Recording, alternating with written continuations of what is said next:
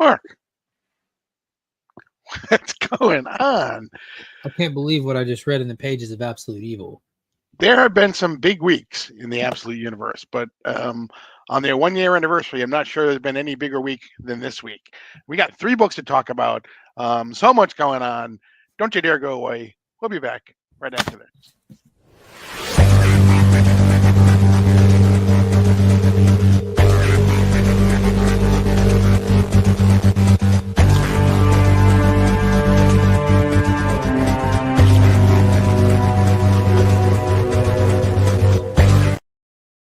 Before we get started, don't forget to hit the subscribe button, hit the like button, leave us a comment, and hit the notification bell so you're alerted whenever we upload new content. All those good things. The 4 things that you got to do not every single time you watch, because if you hit the Every notification bell, single time, subscribe, you don't have to do those more than once. But comment and leave us and hit the like button every single time. That you got to do every single time. Every single time. Exactly. We got 3 books. What an insane week, dude. 3 books. Incredible. We got not only do we have incredible stories, but we have so many first appearances in the Absolute Universe this weekend as well. Milestone moments as well. Exactly. This is a turning point for the Absolute Universe, and it's completely to the good. Yeah, absolutely. We're going to start with Absolute Superman number 12, and right off the bat, we see Ma Kent. Yeah, in the memory care unit where we saw it in the last issue, and looks like it's kind of sad. She's looking up to the sky. Oh, I need my things. Get them right away. You see that storm. She sees the red storm, which we as a reader know is Superman's cape made of the dust of Krypton. She sees it, but then in a few panels, you see her memory fade from her to the point of not even realizing she just saw it. It was kind of sad. Mm-hmm. If you recall, at the end of the last issue, we had Lois Lane and Jimmy Olsen and Superman were all together, and they are basically at Tallgrass Prairie, and we get Superman talking to Saul. We get Jimmy and Lois talking a little bit first, but then we get Superman talking to Saul, and basically they're having a bonding moment.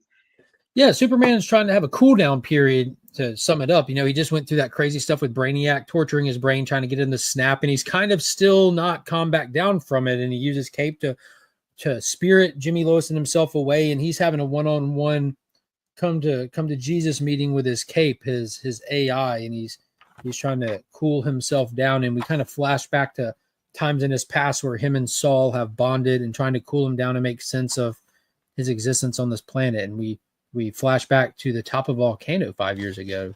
Mm-hmm. We get the Mayan volcano where he was there. Then we also get some time in the Philippines, which we saw at the very beginning of the whole Absolute Superman story. We see him in the Philippines, and we see him, again with the workers. He tends to be out amongst the workers, and he's out in the fields. He basically, he's talking to who seems to be kind of the guy in charge of the workers in the field, and the guy's like, hey, you know what, you should have some water. And he's like, I don't need water. And he's like, you do all the work, you do way too much work, no resting, no water, you need to do out here in the hot sun. Exactly. You see a little interaction with some peacemakers that walk up, tell him to get to work. He accidentally rips one of their arms off, not knowing his strength from being out in the sun.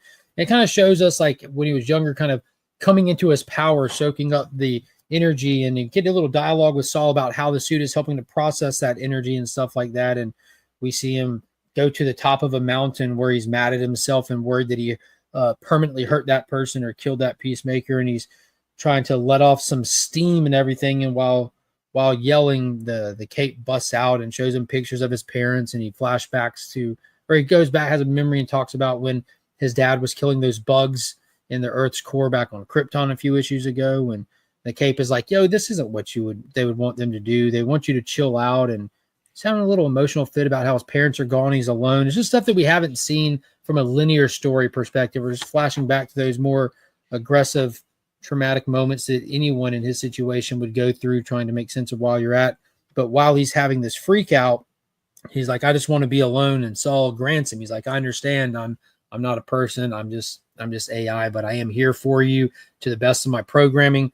I'll let you alone. We'll talk again tomorrow. And his cape crystallizes around him, and he kind of goes down on one knee, and it forms like a personal sized Fortress of Solitude looking thing where he's able to calm down, be alone, be away from the AI voice, away from everything. And that was pretty cool. So I guess this is like a comparable version of the Fortress of Solitude. It's not a building. It's not a place. It's just where he's standing in a moment that he needs that, like almost like a deprivation chamber from overload from his senses. Right. Exactly. It's less of a fortress and more of a cubicle of solitude. Yeah. And then we fast forward to Kansas now, and that's where we see him. It gives us the reason, like the kind of the emotional buildup to that cubicle of solitude and everything, and him coming out of it. Now he's cooled down from that Brainiac event, and he takes up to the sky. Yeah, and we see in Kansas, we see our first appearance of a new person in this, and that is the absolute Lana Lang. We see her. Yeah. So we get her talking, and she's talking about what Superman has done, and it's funny because the way that everyone's talking, it's kind of like as though, okay, everyone's really going to hate Superman for what he's done and everything, and she's goes on this big long discussion about what's happened and everything, and it's funny because we come to find out a little bit later on that they're actually all on Superman's side. Yeah, well, she was looking at Lois, and Jimmy, who she recognizes Lois with her gear on, is working with Lazarus Corp, and the town people are going to hate you for this, but we know that what you did to help Superman. Right. So the whole town wants to buy them dinner and buy the next meal and their next meal, like big Superman fans here in Smallville. Yeah, and so Jimmy wants I'll take three dinners. Yeah, all for you. Exactly. Yeah. Flashback now, Superman is actually at the Kent farm now, and he's there, looking at what's going on, and again he has more one-to-one talks with Saul and everything. At one point, he actually calls him Saul L. He says basically that he's not alone, that he's Saul is his brother, Saul L. Yeah. And that's when Lois and Jimmy catch up to him when he's on the dilapidated property of the Kents, where he has a lot of regret for what happened to them.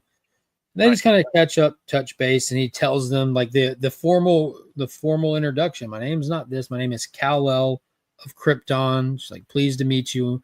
Likewise, Agent Lane. And Jimmy's kind of getting a little bit of comedic beats in this now that they're in a safe place. Like the dynamic of Lois, Jimmy, and Kal-El is starting to build for the first time in this issue. Now that they're away from danger and getting to be their self, or so they think they're away from danger. Because about this time, Superman hears something and he turns his head and fires up his eyes. And in the distance, you see a helicopter approaching with Talia piloting, Raz on board, and pretty much saying in the we're gonna go take Superman down, and someday the history books will record that the world was saved right here in the worthless hinterlands of Kansas. And not only is there one helicopter, but you get the final page splash. You have a giant mechs, tanks, helicopters. There's about to be a battle of Kansas that takes place in the next issue. Yeah. Huge stakes for the next issue. To start in year 2 off with Battle Royale, which kind of fits with everything else that's going on with DC, with battles and everything. It really does. I like that. I really, really like the length of storytelling in this book. We get 6-issue story arcs, but through it all, even up to the story arc, Ra's al Ghul is still our main bad guy. It's Kal-El versus Ra's al Ghul, who leads the Lazarus Corp with this new lore with Raz and everything. But that's still that's from issue 1 through 12. It's Superman versus Raz story. But we've had plots along the way. Right, we've had Brainiac, but Brainiac is a minion of Raz, so we get all that and everything. Yeah, so. You had the Omega Men with the twist that was being led by Talia, and now we got them together. So this is like the proper storytelling, pacing, and depth, where we're not just rolling over villains, where we're not just rolling over story arcs, where it makes you want to come back for the next chapter and makes you look back at the other 11 issues, and there's every bit of them is context to the one you're reading. It's properly building out. It's not bouncing around. It's not just flip new one. I really, really enjoy this format on Superman. Yeah, absolutely. They're doing everything right. Speaking of big reveals, Green Lantern. This one will make your head spin. I don't know, man. This was amazing. Yeah. It's we get basically someone narrating this issue, um, and he basically talks about all the different. He talks about the yellow, he talks about the green, he talks about the black, he talks about talks about the red. He talks about basically all the different color spectrums to start. Yeah, so the yellow is like kind of understanding and philosophy, the green is progress and action, and full understanding is what's perceived by this narrator as the black stars. Right. And then we Rationality. right. And if you recall, at the end of the last issue, it was Mogo who was the one who was coming. Mogo is still coming. Yeah, He is he's Mogo. Instead of being a part of the Green Lantern Corps or an agent of willpower, he's a black star in the Absolute Universe. And for the first time, the last issue kind of opened us up to the concepts of the different colors, the way that they're structured, the way that they have these specific meanings behind them, like the philosophy, the action, the rationality, and also that there's kind of like tiers in it based on your connection to it, your level of understanding of what's happening. Like Abin Sur, the famous Green Lantern who gave Hal his power, the term Abin is a designation, almost like sergeant or general or something like that. So there can be an Abin of each of these color spectrum, and that's important going into this issue because from here through the rest of this issue, they are assuming us, the reader, paid attention in the last issue, and I love that about this issue. It just, dude, we're in it now. We dipped our toes in issue 6, and they just threw us in the deep end with issue 7, and it felt good. Right. And we see the first, we see some Green Lanterns that are there that are basically fighting against Mogo. And we see the first person that comes from Mogo, and it is none other than Kilowog. Yeah, with a Black Hand entity. So Mogo approaches a planet, a peaceful planet, alien race, calling out to it that there are, what do they call them, anomalies? Mm-hmm. He sees 3 anomalies on the planet, and they're like, we don't see them, man. Please don't kill us. I promise you we ain't up to nothing. Turns out there were 3 people there touched by the green light, and they come flying off the planet to confront Mogo, and Mogo sends out Kilowog, who they refer to as a Black Hand. Obviously, he's got the Black Star uniform on, calling them poozers. He's got the Black Hand arm, and he's grabbing heads and mushing them. It's violent. So these guys, with all their might, try to fight him, and it's a brutal fight in terms of they can't do nothing, and he just pushes right through their constructs with his jagged, sharp, abstract shapes he's making. Eventually, one of them just fires up, and I think it was Orisa, if I'm not mistaken. Was one of these Orisa? Yep. Yeah, Orisa just lays into him, blows his head off, absolutely blows Kilowog's head off. And we see on the next page, blew it off proper. Mm-hmm. Thinking that she won, unfortunately, she doesn't know the full depth and power of the Black Star and or the Black Hand entity that's on him because he regenerates, but not before Mogo pulling the old Alderon move and just blows up the whole planet. Doesn't even blink. Mogo just cleanses the planet, and in the meantime, Kilowog heals while some of our other Black Star Lanterns are out there monitoring, watching, telling Kilowog, all right, let's go, let's get out of here. And while having that conversation, which there's some familiar Red Lantern faces in here and everything. Yep, exactly. But while Kilowog's talking to them from space, something red flies right through them and flies up a red light approaching Kilowog. It's none other than Tomar-Re. Tomar-Re, who is a wielder of the red light, who we also get a cool shot on the cover of as well, by the way. And Kilowog talks to him for a second. Tomar-Re is almost like he's goading him. He's actually able to withstand the Black Hands from breaking his constructs. He's more powerful, more focused than those Green Lanterns were. And he puts Kilowog in a construct box. He says, large box? This was awesome.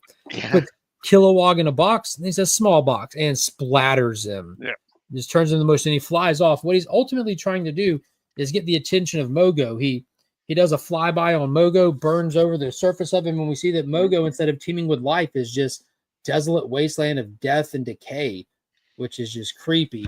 Mogo recognizes that he's trying to distract him and get him off course, and he flies by a tower that's on Mogo through, and in that tower we find out who is this narrator who says, don't follow him. This is a distraction. I'm not falling for it.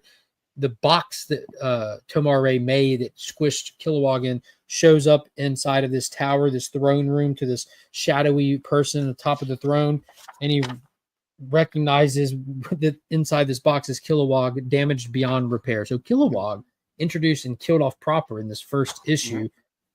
And we see that, the person here is dialoguing, talking, smiling, seeing like a robotic arm, weird shaped fist, and a very recognizable mustache along the way.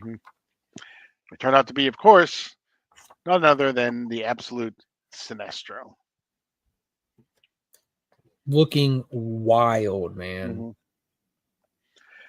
Yeah, he's a little bit Hellboy, he's a little bit Brainiac, he's a little bit lots of different things.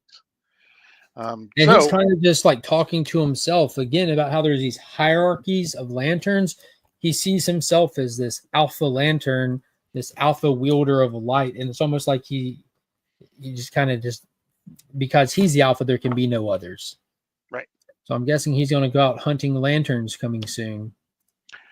Exactly. That brings us to this bad boy.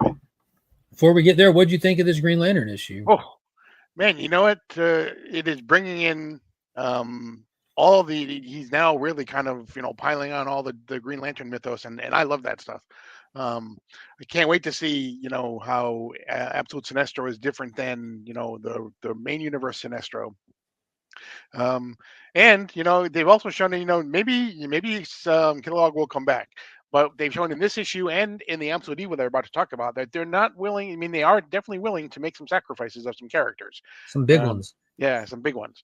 Yeah, I'm thinking format-wise, this is issue 7. So this is the first issue in the next story arc here. So can you imagine someone who picks up this trade paperback and that's how it starts for him? Exactly. What? Kilowog gone? What? Wow. Exactly. Yeah, and it's starting to look a little bit more familiar, how the first issue was a very self-contained story in just the town. We just went straight cosmic with this one. They said we're getting space horror with this. They introduced a lot of horror themes. Now they introduced some heavy space themes, and now they get to come together like butt cheeks. There you go. In Absolute Evil, we start out in 1951. We see Hawkman, the Absolute Hawkman, talking before the House Un-American Activities Committee. Yeah, very familiar scene here. In the main universe, that was what caused the JSA to retire originally. The House Un-American Activities Committee wanted them to reveal their secret identities, and they're like, with all due respect, we're not going to do that. We retire. And they just the original Superhero Registration Act. Right, exactly. And so one of them didn't say no this time, did they? Exactly. He basically said, "Hey, you know what? If I have to reveal my identity, it's a small price to pay to take down all of these heroes running around." So we got our first Absolute Hawkman in there. Happy to oblige them. And then we flash to our first time we've seen Absolute Green Arrow. Yeah, we flash to now. Yeah, you have Oliver on his little Bluetooth speaker talking with Roy, just shooting arrows at the practice range. You get him walking into his arrow cave. It's kind of just a pointless conversation we're watching him have, just so that we can see that he has his range, he has his arrow cave, he has his arrow car. A very familiar setting with Absolute Green Arrow here. And we get one panel where it almost looks like he looks up like he heard something, but they don't like insinuate that there's any sound or anything. Right. But he's talking about like how this is the direction that he's taking with his life, with his career and everything. And that's what we get for our first introduction to him. Right. And it's interesting too, because he talks about is it Jubal Slade or Jublin Slade, I think, right, for the first time? Yeah. Do you know who that is? Deathstroke, right? No, Jublin Slade was, although they may be related, Jublin Slade was in Green Lantern Green Arrow number 76. He was the slumlord that Green Lantern was trying to arrest. That Green Arrow said, "Hey, do you know this is the guy that's has all these people living in housing and everything?" That's who Jublin Slade was. Oh, that's awesome! What a throwback! Yeah. Well, we cut over from there to Hector Hammond, who's walking into this business office, just kind of on his phone, talking business crap and business trash as he's walking through past the help desk to the metal detectors, being stopped by security saying, "Hey, you got to leave your devices and everything out." Didn't you get the memo? And him being the Hector Hammond we've been introduced to in Green Lantern, saying, don't you know who I am? I don't care. He's like, hey, if you want to attend the meeting, man, you got to put the phone up. I don't make the rules. I'm just letting everyone know.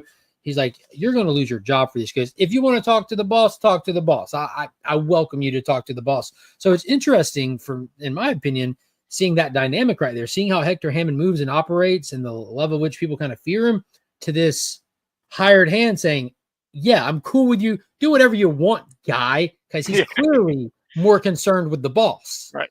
I thought that was interesting. But Hector Hammond walks into the room to be revealed to the players that he's coming to meet.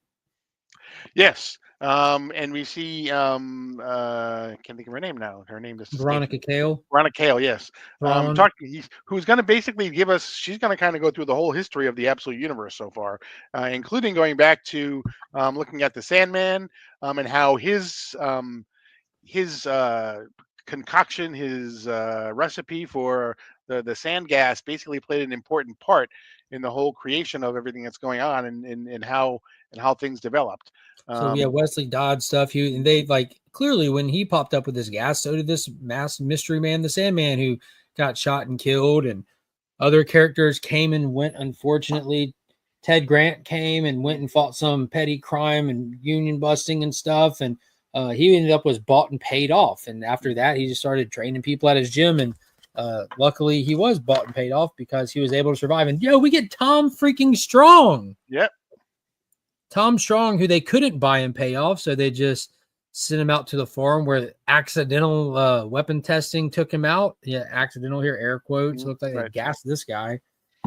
But basically, she starts talking about, like, these were the occurrences back in the day where heroes came up. If any of y'all have read Nemesis, Mark Miller's Nemesis, this is Wanted.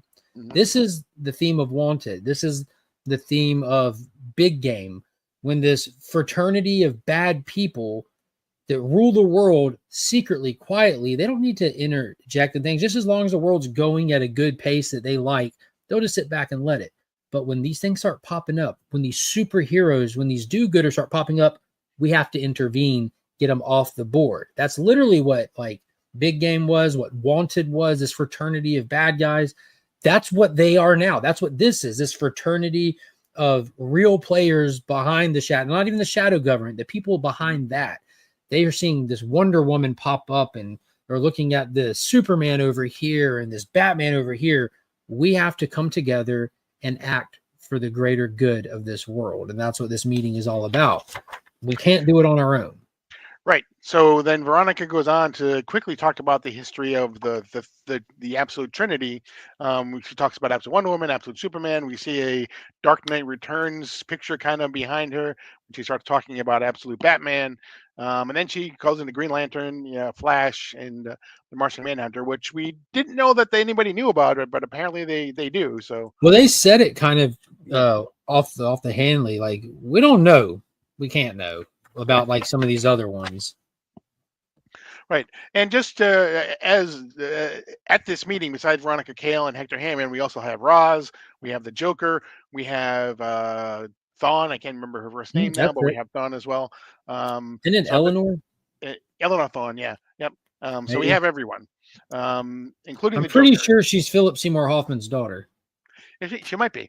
Don't quote me on that. And as she's talking, and they're all wondering about how are we going to make sure, how do we do this?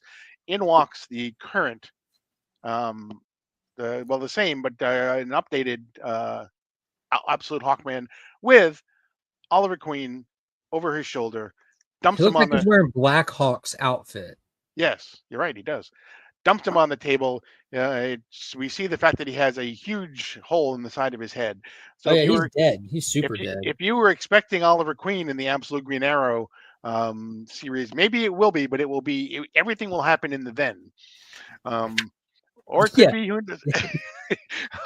or it could be Roy. Maybe it's Roy. Who knows? But we'll see. It's definitely not Oliver. Not exactly. Now. Yeah. So again, another major sacrifice in the Absolute Universe as well. So she kind of flexes. Hector Hammond was like, "I'm not interested. I'm fine on my own." And that's when Hawkman comes in and throws a do-gooder on the table. It's like, y'all really got to pay attention to what's happening here. Like, it's bigger than you think. That's when the Smiling Man steps up Correct. May I have the floor? And this is the kind of stuff that I really love when we really get into the weeds of like how these universes are built, how far out they're planned ahead and everything. This took me back to Death Metal issue 7 when they said the Else World. Mm-hmm. You know, that was the first time that they mentioned this absolute world all them years ago before we even knew what would happen. And then we get the All-In special where Darkseid goes on his tirade and creates this absolute world. And it told us there that this world is built from this omega negative energy where everything from its fundamental cells built up is wrong and built off negative energy. The Smiling Man, Joker, has discovered that energy. While Brainiac is watching from his monitors back at his facility, watching this meeting happen, Joker explains how they were doing some large Hadron Collider experiments with particles and stuff. And you have the Higgs boson particle that even here in the real world that we've nicknamed the God particle because of its ability to collide and create different stuff for very brief moments. But in the process of doing that, they discovered a different particle, an omega particle. And in so discovering this, they figured out the fundamental truth of the world that they live in. It's a building block particle that all creation is built off of. And it's where there's not just this physical realm to it, but they discovered there's a spiritual component to this particle where everything on this world is built from this negative energy. And this world, the natural order of this world for it to operate properly is for it to operate in chaos. Mm-hmm. If someone who rises up to do good or seek justice or vengeance or any of this stuff, that's actually usurping the natural order of this world. It is an inverted world down to its most smallest particles. And you get this scene where Joker's even talking and he's almost realizing that like the fact that that world's like that and the fact that he's a smart, logical individual lets him know that his true nature, his nature without this chaotic order, he's a psychopath. And he's touching on it there.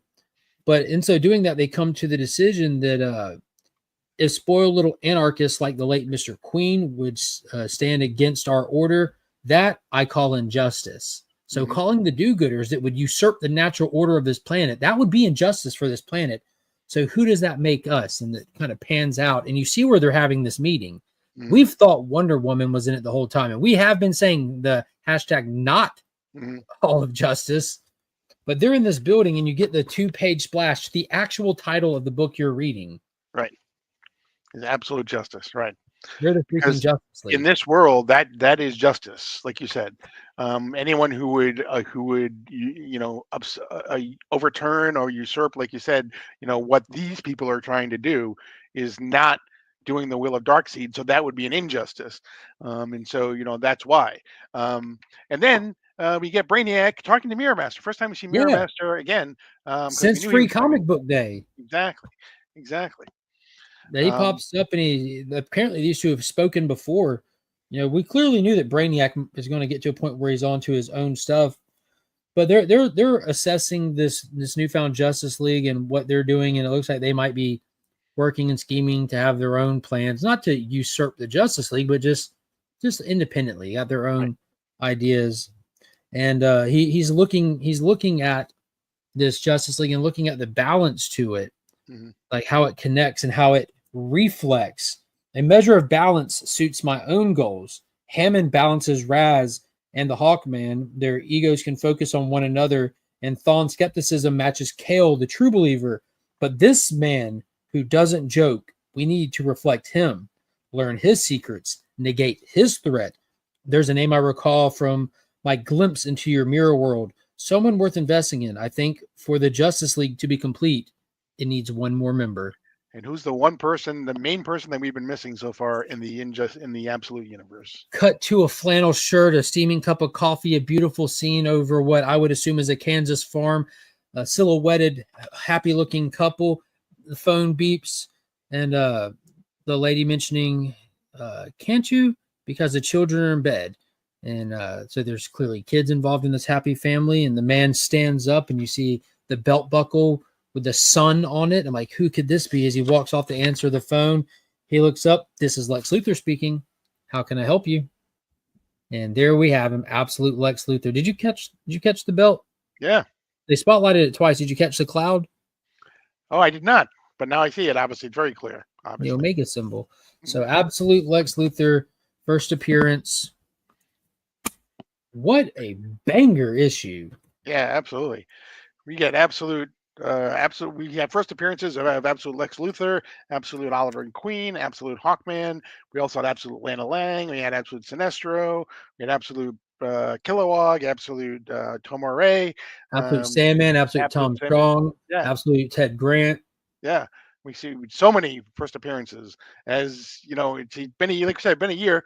They're fleshing out the universe more and more and more every now and then. And this is a huge step back into the universe and a huge door opening for what's I'm sure is going to come in the second year or so. Talk about like master crafting. Mm-hmm. It shows you that when they sat down to do this, they didn't just start writing books. There was whiteboards involved. There was pictures. There was red yarn. All of it. You love your red yarn. I love my red yarn. But that's how my brain works. Like when I read this, I went back to that line of dialogue after Darkseid dissolved and All In. It went back to Death Metal 7 and like because just and even the minor things I said like Jubal Slade. It's like those little things that just kind of But that's so like good. in the DC KO preview that we got in like this week's books. There's like a preview for DC KO, and you have the Trinity sitting down playing a board game. And at one point, Superman's like, "Who made this?" And he looks at it. It's like M. Malone Properties, and it's like that kind of stuff. I love it. Like Matches Malone made Matches Malone is a board game company. Mm-hmm. Freaking Bruce. But yeah, so good. So good. If you're not reading the Absolute Universe, you really need to go back and start at the beginning. Or you know what? Just catch on now. It's still doing gangbusters in sales as well. So a year in, typically you would think that it's. I mean, obviously it's not doing as well as probably the first issue done, but we're up to a 9th printing now on Absolute Batman #1. They just announced a 9th printing. So you do yourself a favor and get on board. It's DC is just doing some great things. So, but that's going to be it for this edition of DC Comics Deep Dive. I am Paul. He is Mark. But we are Legion. And we will see you next week in All Living Sector